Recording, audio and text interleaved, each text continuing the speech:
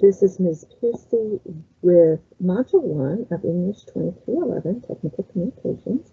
And this module mostly focuses on an introduction to technical communication concepts and an introduction to letter writing. But first, let me quickly introduce myself. My name is Penny Piercy, and here's some of the ways that you can contact me during our course this semester. There are other ways you can contact me as well, and they're discussed in the Orientation to D2L video that is posted in the Getting Started folder. Our textbook this semester is an open access textbook that is linked here in the course, so it's free. You don't have to buy it. And we also will be using readings from other resources that are online, and these will all be linked in the modules as well. If you have any questions about the textbook, please be sure to post those questions to the questions discussion forum in D2L. And there are some other things you will need for this class. Primarily, you need access to a computer and the internet. You need a word processor that is at the level of Microsoft Word, although you don't have to use Microsoft Word. Remember, though, as a Lone Star student, you do have free access to Microsoft Office software. You also need to be able to read a PDF file, and you need to be able to access D2L, which, if you're watching this video, you have got that latter point already taken care of. So, technical communication is defined as a method of communication that uses different modes to sort of help people solve problems. That's kind of what I like to think of it. The short way of describing it is technical communication helps people get stuff done.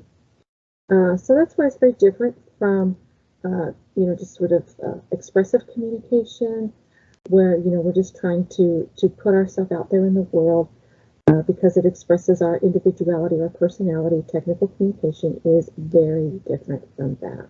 So it's much more focused on what audiences need so that audiences can accomplish the things they want.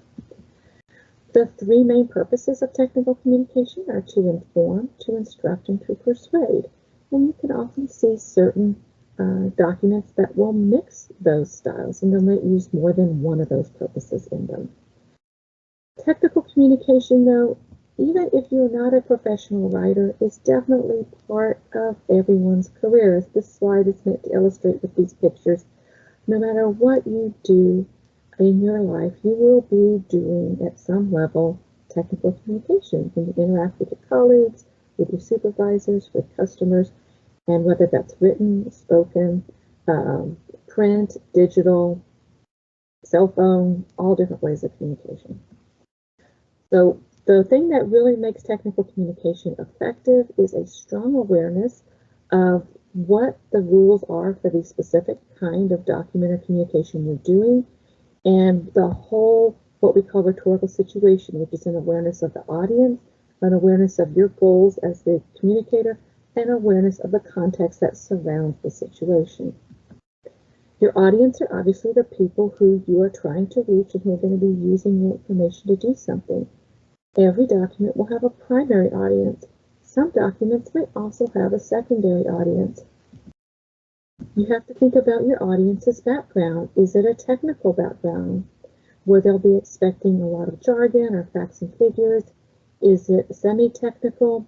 Is it a general audience that's non-technical, that won't know any fancy or technical terminology, that just wants the basic facts to get things done? Or maybe you're addressing varying levels in one document. So you've got to have a strong sense of where your audience is at. You have to also have a strong sense of your own message. What is your goal in creating this document? You've got to have information that supports the message you want to convey, and you've got to be able to think about what kinds of questions your audience is going to have about this information so that you can sort of present the answers to those questions before those questions are even asked. To think about how your audience will use the document. Sometimes that's very physical. It might help you decide whether you need a print document or a digital document. And you also need to think about what this is going to help your audience do.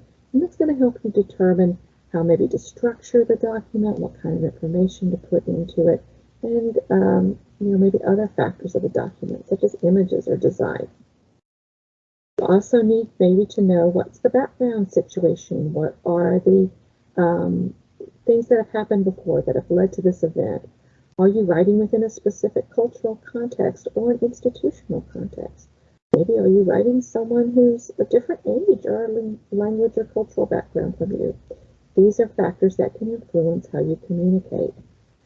And what does the audience want? Do they want something that's short and sweet? Do they want something that's long and involved? When do they need that information? Have you been asked to use a specific format? So you definitely want to try to do what the audience is asking for. And in fact, if you sort of violate that and you provide something the audience doesn't want, it can be very problematic. Now, your first assignment for this class, that is a major written assignment, is assignment 1. And I definitely suggest you make sure you download the instructions from D2L, and it lists the details of this assignment. And that's true of all the assignments in our class. But essentially in assignment 1, you're going to be writing a 1-page business letter where you introduce yourself to me with a focus on 4 pieces of information: your expectations for this class, the past experiences that have prepared you for this class, the role of this class in your educational plans and your career, and any questions you have about this class. And you do need to address all 4 points in your letter, which means if you don't have any questions, you can simply write, "I don't have any questions right now, but I will expect you to address that point."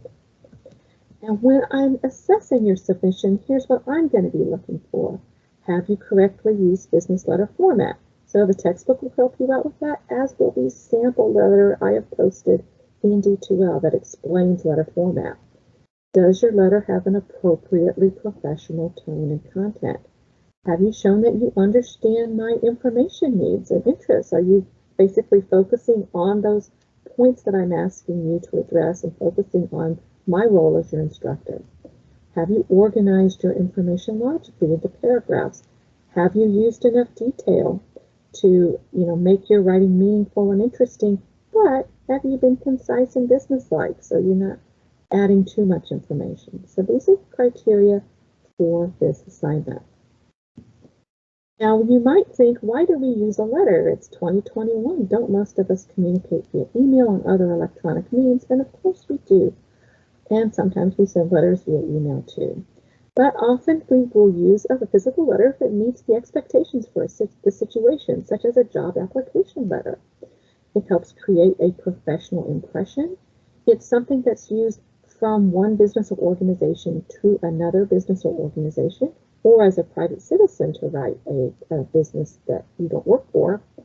And it also serves as sort of a official, kind of almost legal document in some situations. So letters are definitely still used. For a letter to be viable, it needs to have certain components, and they're all listed on this particular slide. And you can see these features of the letter discussed in our textbook and illustrated in the sample letter that I provided. So your letters that you create for this course will need to have all of these features in them. There are also certain letter features that are more specialized, that are optional, that are only used as needed. Most of these are not going to apply to the things you write for this course. I don't think any of these will apply to your first assignment. And then the last thing I wanted to say about letters is to remember, when you're writing a letter, you're communicating with another human being. So it's really important as you write that letter to talk to that person. Try to make that kind of connection. And part of the way you do that is with your tone. Part of it is with the information you select. You want to select information you know is in alignment with what the audience wants and needs to know. Part of that is anticipating the audience's reaction and questions in terms of the information you decide to convey. And also, just make sure you sound like a normal human being in your letter, not like a robot who's trying to be overly formal. That's what we mean by letterese. So, this is our quick introduction to the main topics of Module 1 of this course. Remember, if you have any questions about anything, you can always post to the questions discussion forum, and I'll be happy to answer your concerns.